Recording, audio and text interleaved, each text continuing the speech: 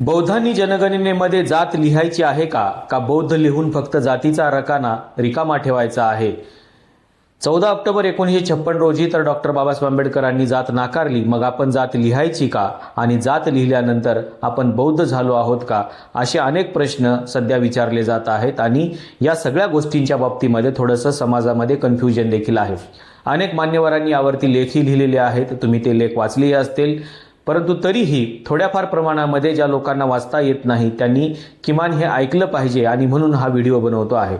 बौद्धांनी या जनगणनेमध्ये जातीच्या रकान्यामध्ये काय लिहायचं आहे आणि जर आपण जात लिहिली तर आपण बौद्ध झालोत का खरोखर, अशा देखील प्रश्न आहेत. आणि त्याच्यामुळे हा प्रश्न सध्या समजून घेणं खूप गरजेचे आहे.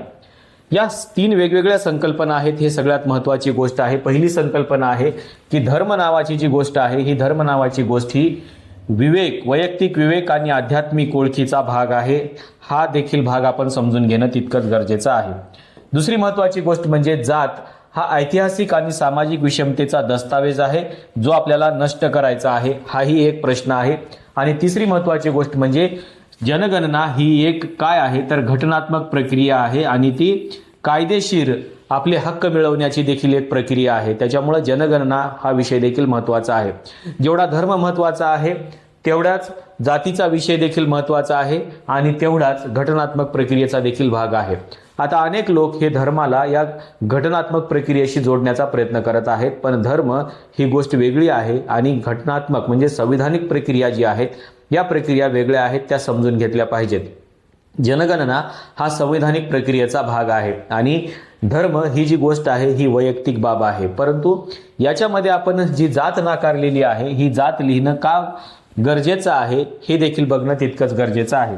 आपण ज्यावेळेस जनगणना करायला जातो किंवा जनगणना करणारा अधिकारी आपल्या घरी येतो त्यावेळेस आपल्याला असा प्रश्न विचारला जातो की तुमचा धर्म काय आहे आणि तुमची जात काय आहे. पण बौद्धांनी तर जात नाकारलेली असेल तर मग जात लिहायची का, असा जर प्रश्न आपल्याला विचारला गेला तर त्यांना सांगा जनगणना जी आहे ही जनगणना मात्र धर्म किंवा विचार तपासण्याची जागा नाही, तर ती शासकीय सोयी सुविधा आणि नियोजनाचा एक भाग आहे. म्हणजे इथं तुमचा धर्म काय आहे हे तपासायला ते अधिकारी आलेले नाहीत किंवा तुमची जात काय आहे हे देखील तपासायला ते अधिकारी आलेले नाहीत.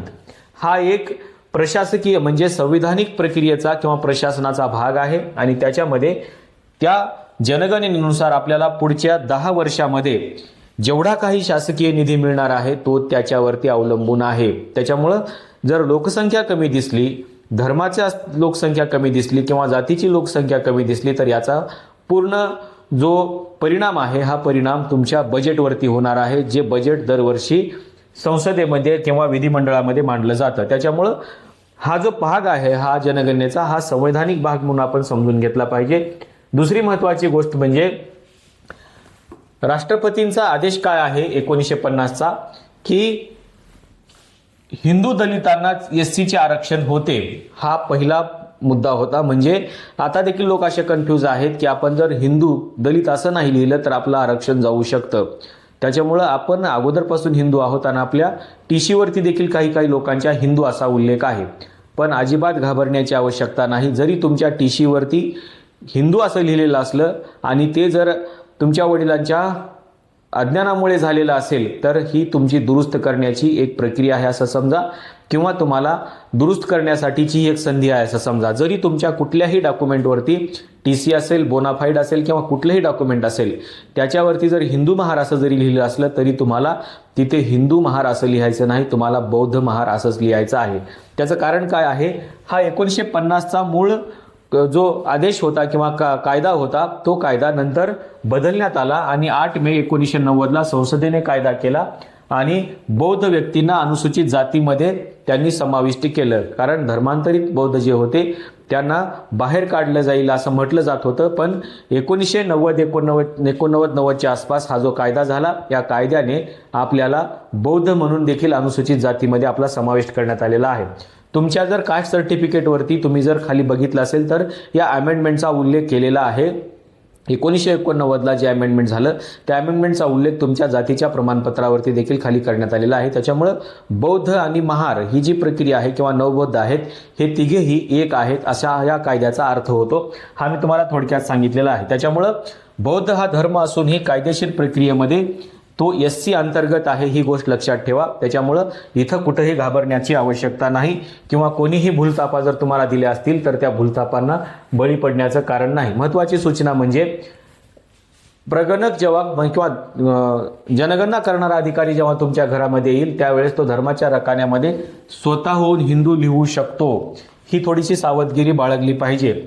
जर एखादी व्यक्ती माहिती देत नसेल किंवा एखादी व्यक्ती घरी नसेल किंवा ज्या व्यक्तीला मूळ काय लिहायचं आहे अशी व्यक्ती घरी नसेल तर तो हिंदू असं लिहू शकतो. त्याच्यामुळे त्याला रोखा आणि त्यांना सांगा की आम्ही बौद्ध आहोत असं त्याला ठासून सांगा. दुसरी महत्त्वाची गोष्ट म्हणजे 1990च्या केंद्र सरकारच्या निर्णयानुसार आम्ही SC बौद्ध आहोत हे देखील त्याला सांगा. कारण त्या 1990चा ॲक्ट त्याला कदाचित माहीत नसतो. त्याच्यामुळं तुम्हाला तो TC मागू शकतो आणि TC वरती जर तुमच्या हिंदू महार असं लिहिलं असेल तर तो हिंदू त्याचा उल्लेख करू शकतो.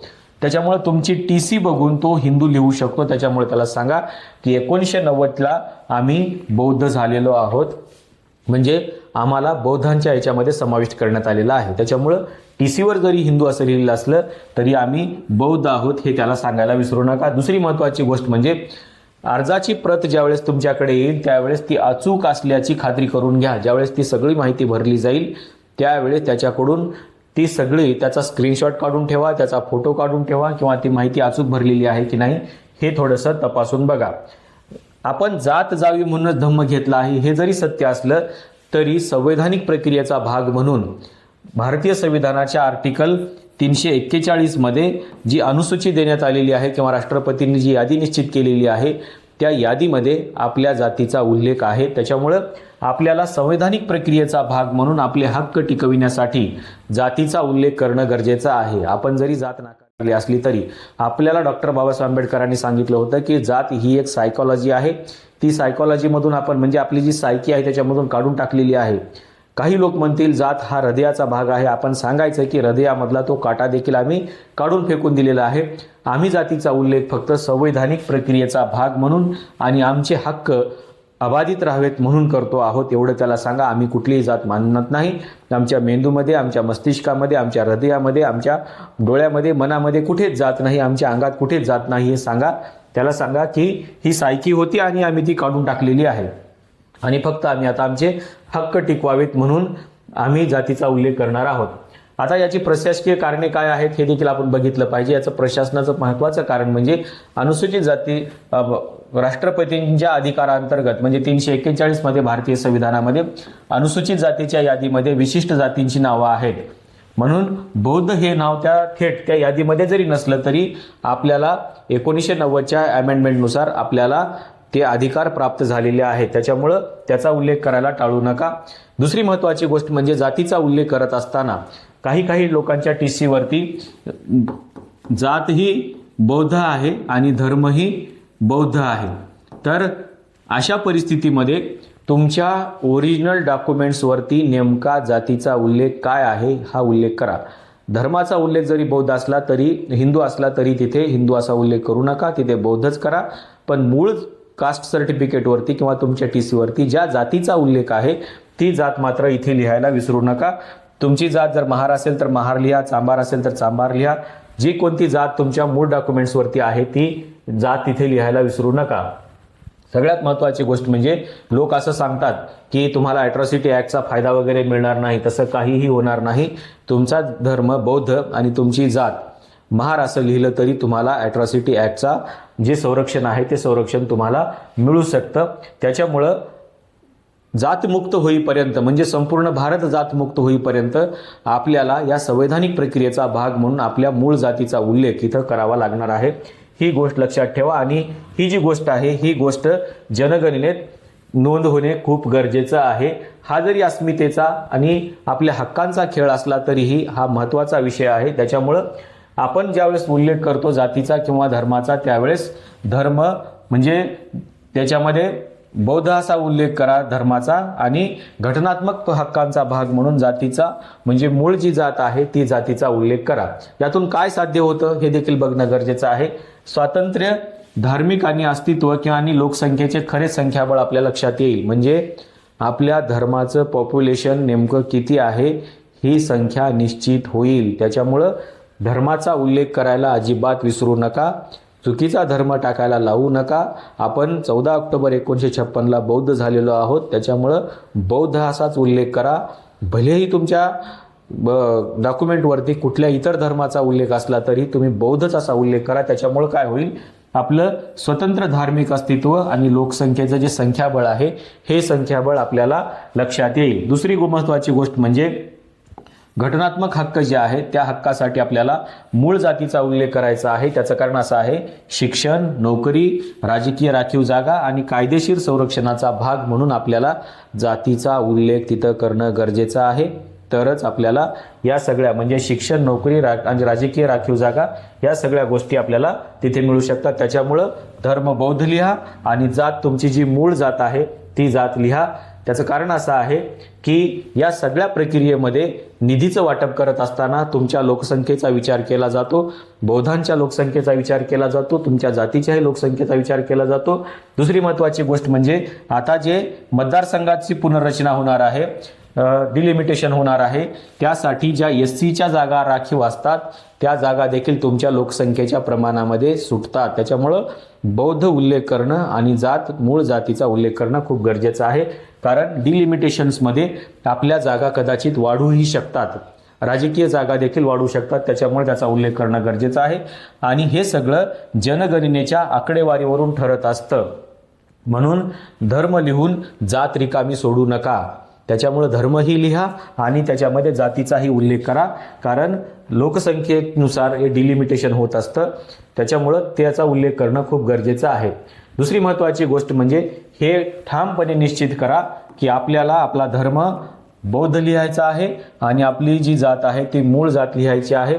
चुकीची पद्धत काय आहे, धर्म बौद्ध लिहून जात निरंक ठेवू नका। त्यामुळे आरक्षणाचं किंवा इतर जे कायदेशीर संरक्षण आहे या संरक्षणाला आपल्याला धक्का लागू शकतो। त्याच्यामुळं ते तुम्ही तसं स्पष्टपणानं लिहायला विसरू नका। धम्माप्रती निष्ठा आहे ही जरी बाब खरी असली, त्यामुळं तिथं जरी आपण बौद्ध लिहिलं असलं तरी संविधानाने दिलेल्या हक्काचं संरक्षण करण्यासाठी जात नोंदवणं खूप गरजेचं आहे। हा कुठल्याही प्रकारचा विरोधाभास नाही, तर ही एक कायदेशीर रणनीती आहे हे लक्षात ठेवा। आणि आपण सातत्याने रणनीतीमध्ये कमी पडत आलेलो आहोत। इथे मात्र रणनीतीमध्ये कोणत्याही प्रकारचं कमतरता होऊ देऊ नका, इथे कमी पडू नका। आपल्याला माहिती आहे आपली बौद्ध धर्मावरती खूप निष्ठा आहे म्हणून आपण बौद्ध लिहितोय आणि संविधानाचा एक प्रक्रियेचा भाग आहे किंवा संवैधानिक प्रक्रियेचा भाग आहे म्हणून आपण आपल्या मूळ जातीचा उल्लेख करतो आहे। या दोन गोष्टी विसरू नका, धर्म बौद्ध लिहा आणि जात तुमच्या डॉक्युमेंट्सवरती जी मूळ जात आहे तीच जात लिहा, जातीचा रिकामा ठेवू नका। ही आपल्या सगळ्यांना विनंती आहे आणि ही माहिती सगळ्यांपर्यंत शेअर करा।